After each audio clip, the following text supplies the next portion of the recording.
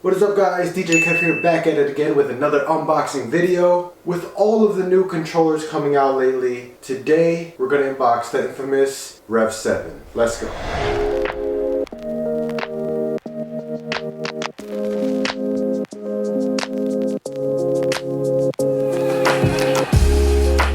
Now first and foremost, I want to try to justify this purchase. Now when the Rev7 first came out, I made somewhat of a comparison video, wondering if I regretted buying the Rane 1. And to this day, I'm still sticking to my guns, saying I don't regret buying the Rane 1. I love the customization to make it my own, the durability, and the build quality helps me trust that controller with my life for all of my events. Now I'm going to give a sort of politician kind of answer as to why I bought the Rev7, but also a more selfish reason as to why I bought the Rev7. So if I were a politician, my answer would be that I've always wanted another controller to allow myself to learn new features, new technology on a new controller, instead of only knowing how to use one DJ controller. So with that being said, I'm able to expand my knowledge on other equipment. And an even bigger reason why I bought this controller is because of the homie DJ Paradigm. This is his second time looking out for me. I initially followed him because he did tutorials, some unboxings, but if you guys remember in my Rane 1 video, he helped me get a discount on that controller. And this time around, he posted on his story that he was able to get a discount on the Rev7. Honestly, he saved me nearly $300. So I just couldn't pass up that opportunity, especially with how hard this controller can be to come by. Now for my selfish reason as to why I bought this controller.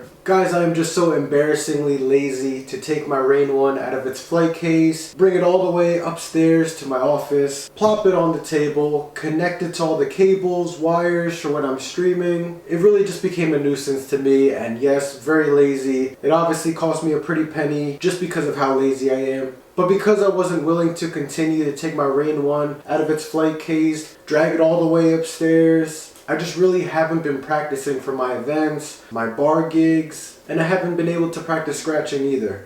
But now that I have two controllers, I could store my Rane 1 while I keep my Rev7 here in my office. For now at least. Yeah, selfish, but somewhat practical, as this could be my backup controller or an alternative controller that I could bring to an event. Now with all the other newer controllers that came out, the Opus just wasn't for me. I'm not a fan of standalone controllers. I'm not too sure why. Additionally, as tempting as the Rane 4 looked with all of its even newer features, more than the Rev7, such as the split stem, and being able to expand my skills on a non-movable platter, the way that it's similar to a CDJ. I personally wanted to try a Pioneer product, and not to mention one of Pioneer's best products out there right now. I just didn't want to only own Rane products. I like to see what other brands have to offer as well. But anyways, that's my backstory, and that's how we ended up here with the Rev7 in my possession. So without further ado, let's get to unboxing.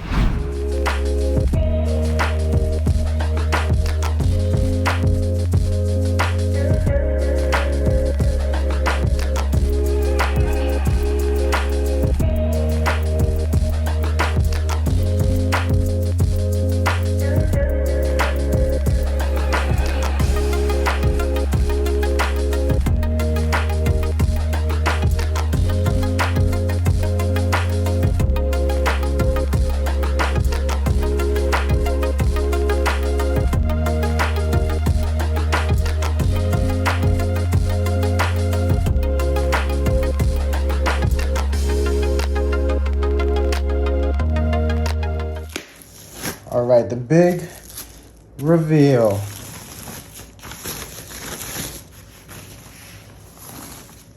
There it is, the DDJ Rev7 in all of its glory. Very, very gorgeous controller. Now right off the bat, start and stop feels good. General buttons. These ones over here have more of a click feature as opposed to the pads in the middle. The paddles, they feel okay. They honestly feel a little bit cheaper than the ones on the Rane 1, but still usable, of course. Knobs feel nice and sturdy, nice and solid. No issues for me with the knobs up here. Now, of course, it's important to mention that this is a battle style setup, so I have to get used to the tempo fader being all the way up here. Some people say it's a nuisance to reach all the way up here. I just have to see if it's easy to get used to. And I don't think it should be that much of an issue. Other more important features, the up faders. They feel nice and smooth compared to the Rane 1, which are just really stiff. You're not really able to do anything with the up faders other than bringing them slowly up or down. So I'm really happy with how smooth these feel. Now for the crossfader, it is a Magville Fader Pro. Feels fine. Can't wait to try to use that. Guys, I just really am loving this black and gold. It looks so clean, so crisp. It just looks nice and different. I love it. I love it so much. Now I won't be able to feel how the platters are until I power it up. But so far it does feel like how initially when I got the Rane 1 that there was just no friction between the top platter and the motorized jog wheel. However, we'll have to see once we power it up. Alright guys, before we power this thing on, let's get into a few of the specifications.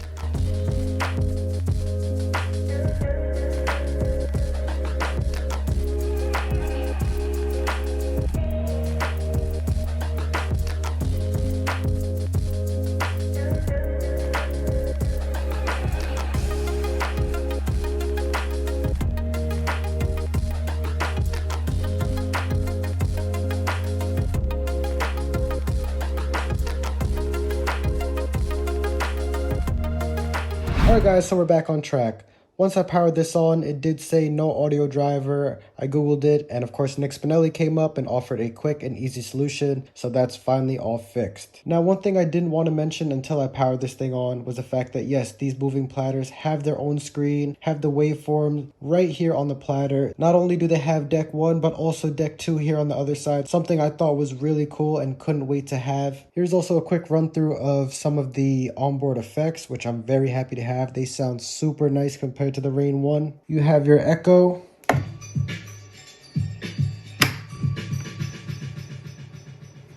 Spin is something really cool. Of course, you could just do it yourself real quick on the platter, but you do have an effect for it, so I'll let you know how that sounds. This is on 8, but you got 4, 2, obviously they're just quicker. I won't get into flanger, reverb, break, you guys know how those sound. But I will get into the infamous duck down. I'll let you guys hear what that sounds like.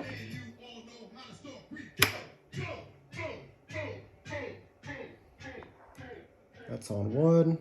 Some people use half, but always should be at the 12 o'clock position. Very cool. Love how that sounds. Really love these onboard effects. Something I do not have on the Rane 1. Very excited to use all of those effects. Alright guys, so the Rev7 is unboxed, powered on. I was able to mess around with it a little bit. While messing around with the controller, I did like the feel of the Rane 1 platter a little bit better. These platters do seem to be a little bit more sensitive. However, I saw some DJs were cutting out felt slip mats, so that's something I may consider doing to get a little bit more friction under here. Overall, I definitely see the hype with this controller. It has many things the Rane 1 does not have. Having a screen on the platters is definitely a game changer. I love being able to look at the waveforms right here. And of course, the duck down effect sounds really amazing in person. Love having these instant scratch tools so far as well, and I really love this crossfader a lot more than the Rane 1. Now for my Rane 1 users, you guys know that the crossfader is just not as sharp as it should be. On this controller, just from scratching a little bit here and there, I could tell that it's just a lot sharper, a lot easier to have cleaner cuts. And I don't even know how to scratch, but I was able to tell how much cleaner the cuts are on these as opposed to the Rane 1. Now, is it a flawless controller? Absolutely not. This layout is something I have to get used to. To some people, this layout may actually even be overwhelming with all the different buttons and features, as opposed to the Rane 1, which is a little bit more of a minimalist layout. It's very simple, has everything you need, and not as overwhelming to look at. One thing I didn't talk about yet with the Rev7 is the build quality. It's mostly made up of plastic or aluminum. So with that being said, it's more likely that the paint is going to get a little bit more faded the more that you use a crossfader.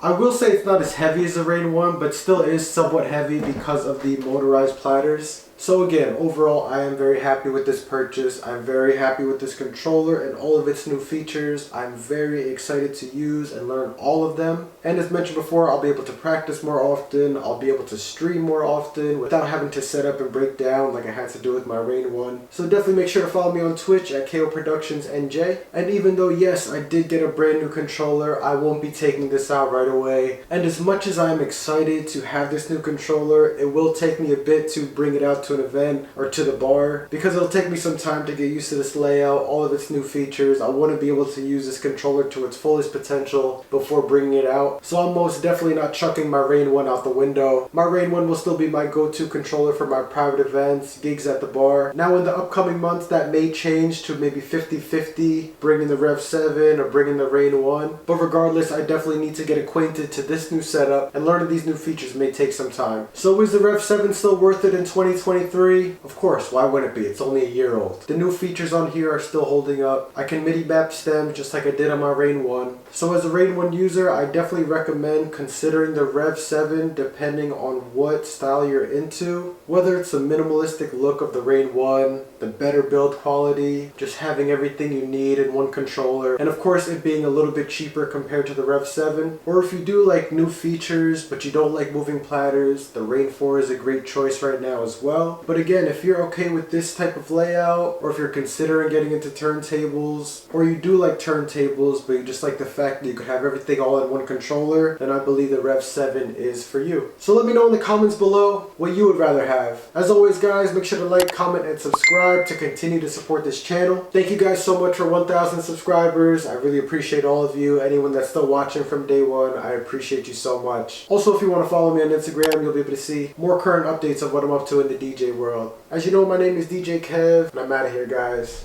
Peace.